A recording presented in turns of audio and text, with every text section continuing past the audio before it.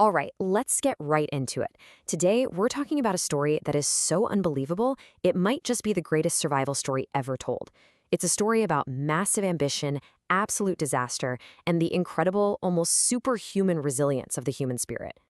I want you to just picture this. You're on a ship. You've already been trapped, frozen solid, in the Antarctic ice for 7 months.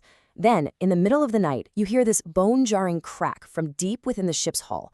The whole vessel just lurches to one side. It's like a giant monster from beneath the ice just tried to flip you over. Well, for the crew of the Endurance, this was the beginning of the end for their ship. But it was the very start of their unbelievable fight to stay alive. And that really is the central question here. I mean, with absolutely no way to call for help, thousands of kilometers from the nearest person, and stuck in one of the most brutal environments on the entire planet, how on earth did every single one of these 28 men make it out alive? To really understand how they survived, we've got to go back to the beginning, back to why they were even there in the first place.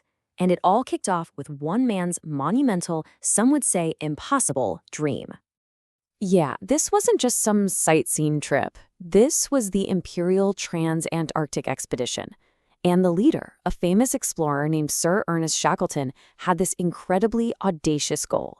He wanted to be the very first person to walk across the entire Antarctic continent. Talk about ambitious. So, how do you find people for a mission that's basically a death wish? Well, Shackleton didn't sugarcoat it.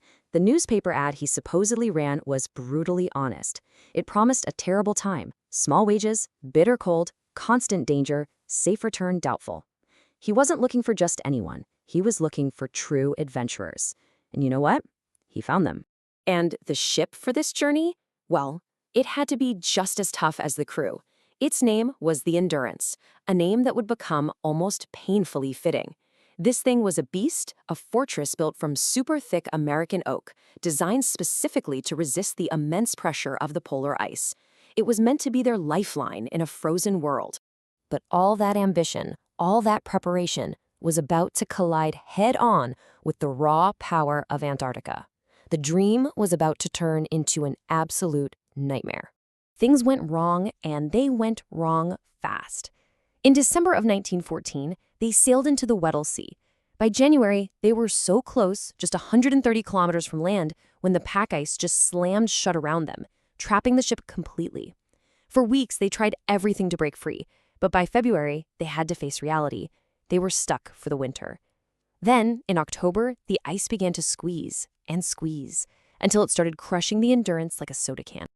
On October 27, 1915, Shackleton gave the one order no captain ever wants to give: abandon ship. Their home, their shelter, their fortress was gone, slowly being swallowed by the ice.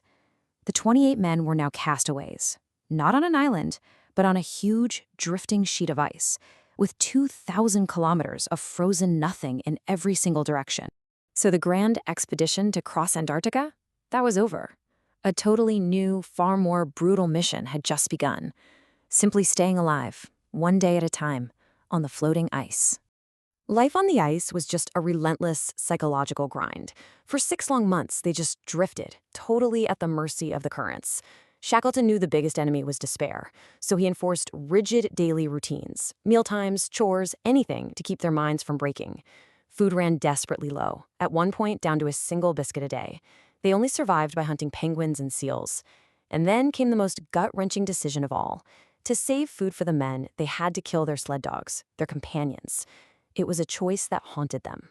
After 497 days adrift, think about that, that's nearly a year and a half without standing on solid ground, they finally reached land. But it was Elephant Island, a desolate, barren, windswept rock. It offered no real shelter and zero hope of being rescued. They had escaped one prison only to find themselves trapped in another. It was here they faced the cold, hard truth. Nobody was coming for them. They were completely on their own. If they were going to be saved, they had to save themselves. And this realization, well, it kicks off one of the most daring voyages in all of human history. Their only shot, their one-in-a-million hope, was a tiny whaling station on South Georgia Island. The problem? It was 1,300 kilometers away, across the most violent, dangerous stretch of ocean on the entire planet. It was a suicide mission, really.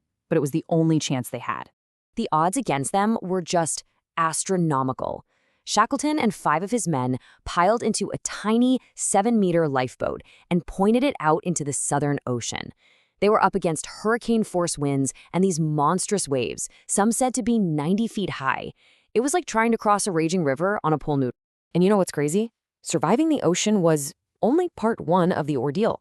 After 16 days of being tossed around, navigating with just the sun and stars, a near-impossible feat, they actually made it to South Georgia. But of course, they landed on the wrong side of the island. A 4,000-foot mountain range that no one had ever crossed stood between them and the whaling station. So what did they do? Shackleton and 2 others just started climbing for 36 hours straight, non-stop. When they finally staggered into that station, they were so gaunt and frostbitten they were barely recognizable as human beings. They had done it. They had reached civilization. But for Shackleton, the mission wasn't finished, not even close. Not until every single one of his men was safe. Okay, remember this number, 28. That's how many men left England back in 1914, full of hope, ready for this grand expedition. Now here is the number that gives you chills.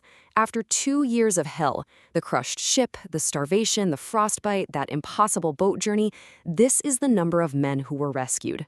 28. He didn't lose a single person. It took him another 4 months and several agonizing failed attempts, battling through ice and storms, but on August 30th, 1916, Shackleton finally made it back to Elephant Island. He saw their signal fire, and he found all 22 men he'd been forced to leave behind, alive and waiting. He had kept his promise. And here's an amazing final chapter to the story. In 2022, over 100 years after it sank, the Endurance was found. It was sitting 3,000 meters deep on the seafloor in near-perfect condition, preserved by the freezing dark water. You can still read the name Endurance on the stern. It's just incredible. When you think about it, Shackleton's expedition technically failed. He never crossed Antarctica. But by leading every one of his 28 men through that impossible ordeal and bringing them all home alive, he achieved something far, far greater. Which leaves us with a pretty deep question. What really defines success? Is it about reaching your goal, or is it about what you endure and who you bring back with you?